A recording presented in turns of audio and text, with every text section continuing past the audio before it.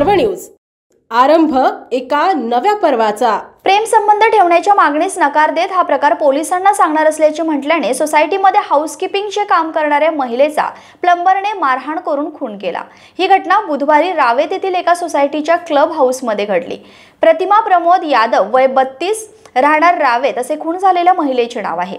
आरिफ जुल्लीफर मल्लिक वय 21 राहणार मोशी याला पोलिसांनी अटक केली आहे। महिलेचे पती प्रमोद रामेश्वर यादव वय 34 यांनी रावेत पोलीस ठाण्यात फिर्याद दिली आहे। वरिष्ठ पोलीस निरीक्षक अमरनाथ वाघमोडे यांनी दिलेल्या माहितीनुसार फिर्यादी प्रमोद यादव यांचे कुटुंब रावेत येथील एका सोसायटीमध्ये वास्तव्यास आहेत। त्यांना 3 मुले आहेत। प्रमोद यादव आणि त्यांची पत्नी प्रतिमा हे दोघेही त्याच सोसायटीमध्ये हाऊसकीपिंगचे काम करत होते, तर आरोपी हा त्या सोसायटीमध्ये प्लंबिंगचे काम करत होता।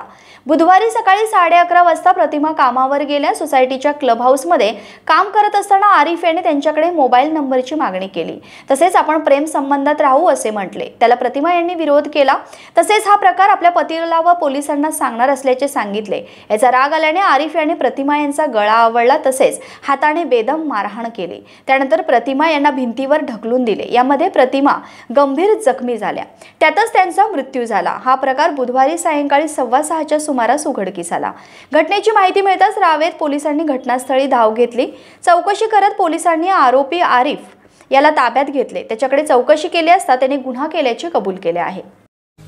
पुणे शहरातील आणि जिल्ह्यातील महत्त्वाच्या आणि ताज्या बातम्या पाहण्यासाठी आजच आमच्या आरंभ पर्व न्यूज चॅनलला YouTube वर सबस्क्राइब करा आणि बेल आयकॉन प्रेस करा।